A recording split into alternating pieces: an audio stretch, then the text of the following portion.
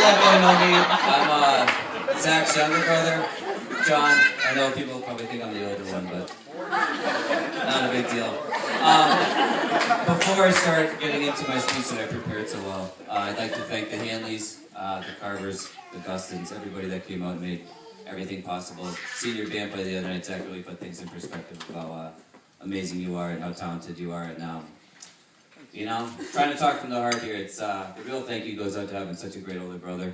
I look up to a lot of things that you do, and by a lot of things I mean pretty much everything. And it looks like you found a very good wife here, so I like to follow in your footsteps as much as I can.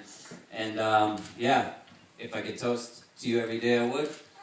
So I'm gonna everybody raise your glass for an awesome toast to my older brother Zach. Thank you guys very much, and Megs, I'm happy to be part of the unconditional love I have for my family. So.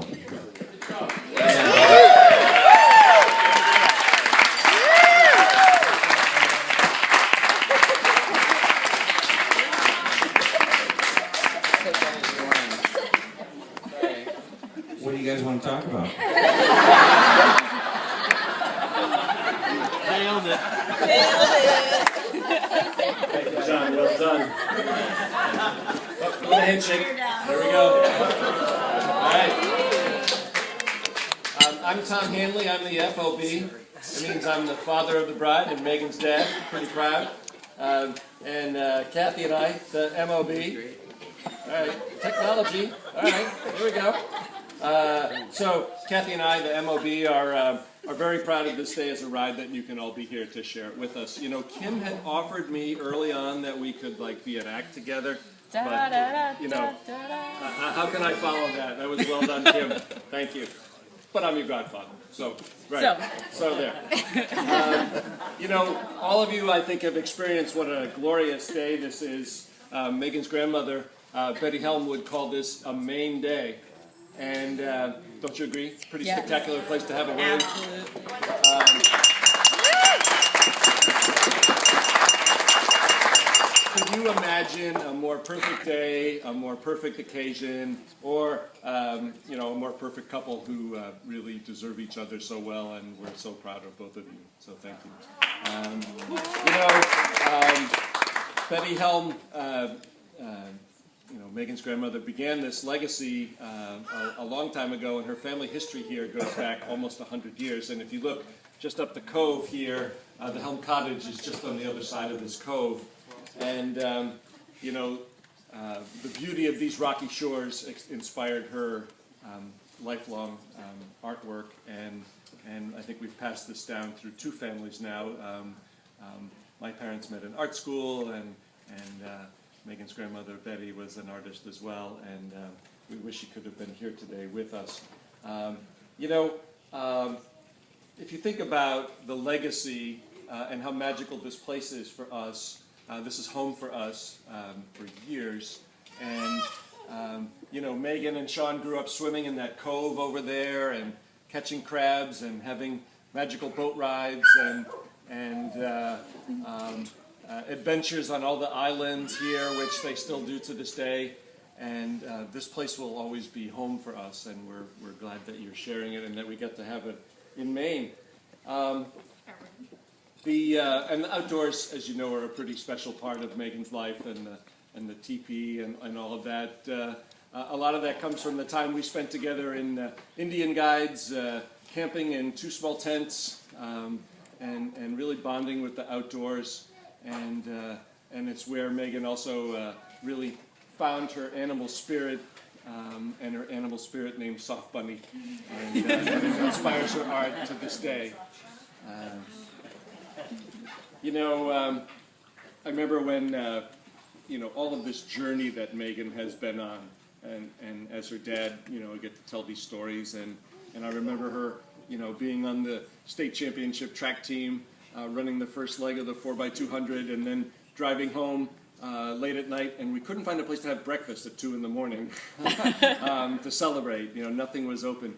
But then I remember a couple years later when she was a freshman in college in Boston, guiding me through the streets of Boston as if it was her hometown instead of mine. And Megan has been a person who has always found her way everywhere she's gone. And I'm very proud of that about her. I have a friend who said that the true test of a relationship is the ability to endure a long car ride together.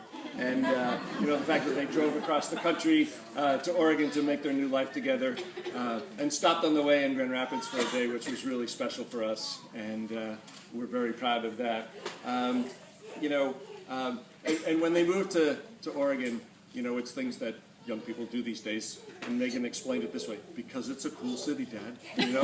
And they went out and made their way, which is very cool to us. We've watched with pride as they've made new friends and started new lives together.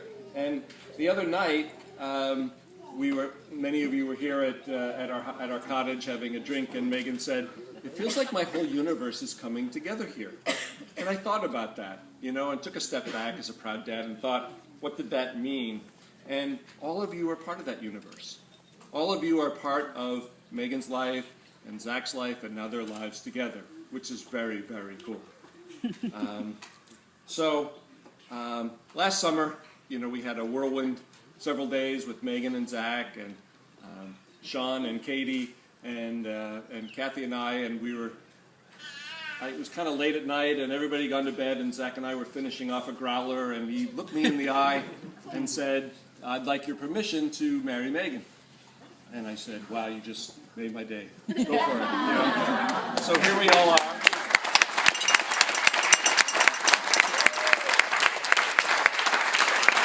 And the other part of the legacy here is the family members who are here. Betty Helm, Kathy's mom,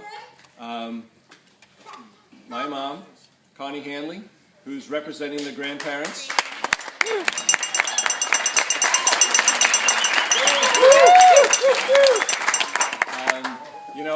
My dad, Jim Hanley, would have loved being here. We miss him, and we think he approves. He's up in Maine. He's always been a big fan of you guys. And then finally, Dean Helm, Megan's grandfather. Kathy's dad is recuperating in Maryland. And I hope somebody's getting this on video, so with the rest of the other pictures, because we promised you would get to see them all. So with that, let's raise a glass and toast the new happy couple. Congratulations.